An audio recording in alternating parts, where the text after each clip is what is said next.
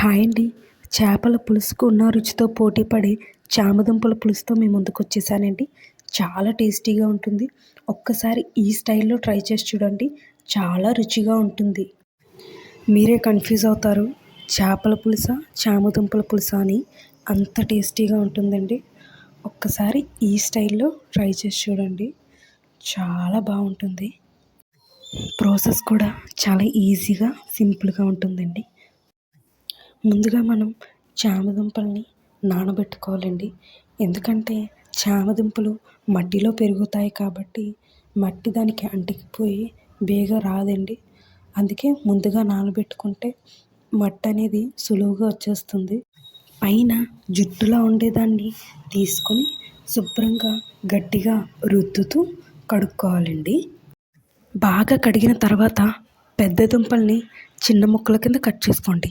మరీ చిన్నగా కట్ చేస్తే ఉడికేటప్పుడు పేస్ట్ అయిపోతాయని గుర్తుంచుకోండి. ఇలా చిన్న ముక్కలు కాదు, అలాగని పెద్ద ముక్కలు కాదు, అలా మధ్యస్థంగా ఉండేలా కట్ చేసుకోండి. ఇప్పుడు ఒక కుక్కర్ తీసుకొని ఇందులో మనం బాగా కడిగిన చామదుంపలని వేసి ఇందులో నేను ఈ చామదుంపలు ములిగేంత వరకు నీళ్ళు వేస్తున్నానండి. ఇక్కడ నేను 2 పెద్ద గ్లాసులు నీళ్ళు వేసాను.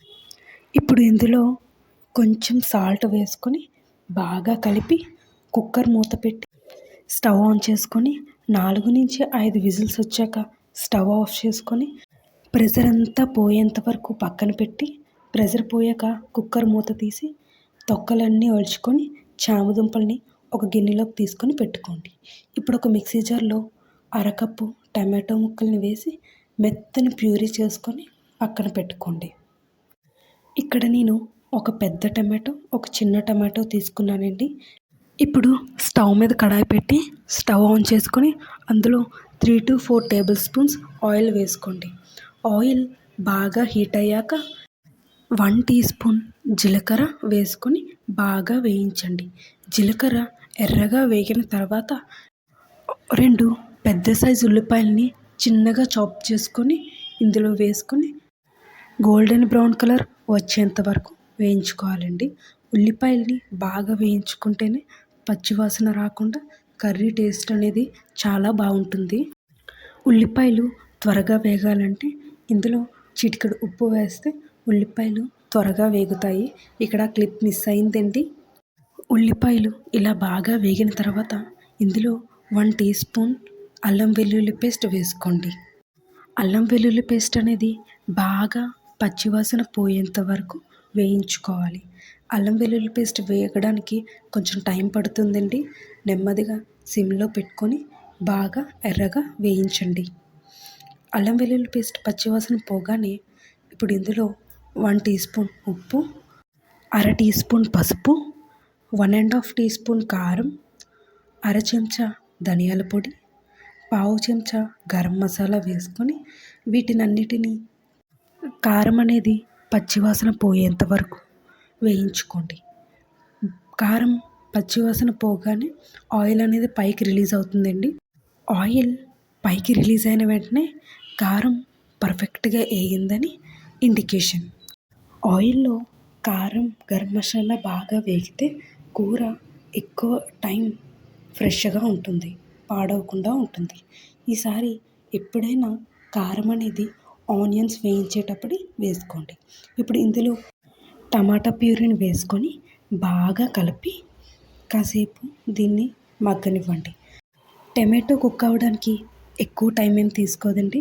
టమాటో ఫాస్ట్గానే కుక్ అవుతుంది కాబట్టి మనం కారాలన్నీ వేసుకున్న తర్వాత టమాటో పేస్ట్ని వేసి వేయించుకోవాలి. ఇప్పుడు ఇందులో మిక్సీ జార్లో కొన్ని వాటర్ వేసుకొని బాగా కలిపి ఆ వాటర్ని ఇందులో వేసుకొని బాగా కలిపి కాసేపు మూత పెట్టి మగ్గనివ్వండి. ఇప్పుడు మూత తీసి బాగా మగ్గిన తర్వాత ఇందులో చామదుంప ముక్కలను వేసి అలా పైన సర్ది మూత పెట్టి మగ్గనివ్వండి. చామదుంపలు ఎక్కువ కలిపితే అవి పేస్ట్ అయిపోతాయండి.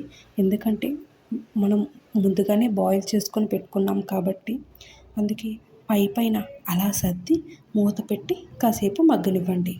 వీటిని 2-3 మినిట్స్ మగ్గించుకొని ఇప్పుడు మూత తీసి ఇందులో కొంచెం కరివేపాకుని వేసుకోండి.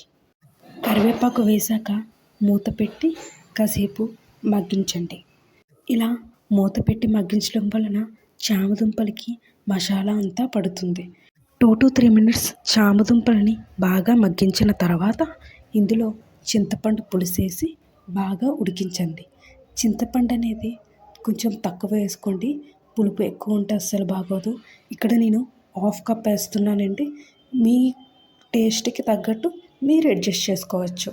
చింతపండు పులుసు వేసిన తర్వాత కాసేపు అటు ఇటు కలిపి ఇందులో మీకు కన్సిస్టెన్సీకి తగ్గట్టుగా వేడి నీళ్ళు వేసుకోండి. కర్రీలో వేడి నీళ్ళు వేయడం వలన టెంపరేచర్ అనేది ఈక్వల్గా మెయింటైన్ అయ్యి కర్రీ టేస్ట్ అనేది మారకుండా ఉంటుంది. పులుసు అనేది మరీ చిక్కగాను ఉండకూడదు, మరీ పలుచగాను ఉండకూడదు. మధ్యస్థంగా ఉంటేనే టేస్ట్ అనేది చాలా బాగుంటుంది. వాటర్ వేసుకున్న తర్వాత దీనిని బాగా కలిపి మూత పెట్టి 15 నుంచి 20 నిమిషాల వరకు స్టవ్ని సిమ్లో పెట్టుకొని బాగా ఉడికించండి. చామదుంపల పులుసు ఎంత ఎక్కువ ఉడికితే అంత టేస్టీగా ఉంటుంది. ఇప్పుడు దించుకునే ముందు కొత్తిమీర జల్లుకొని సర్వ్ చేసుకుంటే చాలా టేస్టీగా ఉంటుంది. మీరు కూడా ఈ ప్రాసెస్లో ట్రై చేసి మీకు ఎలా కుదిరిందో నాతో కామెంట్స్లో షేర్ చేసుకోండి. అలాగే ఈ వీడియో నచ్చితే లైక్ చేసి మన ఛానల్ని సబ్స్క్రైబ్ చేసుకోండి. అలాగే ఈ వీడియోని మీ ఫ్రెండ్స్ అండ్ ఫ్యామిలీ మెంబర్స్కి షేర్ చేయండి. మళ్ళీ ఇంకొక కొత్త రెసిపీతో మీ ముందుకు వస్తాను. Thank you so much. Bye bye.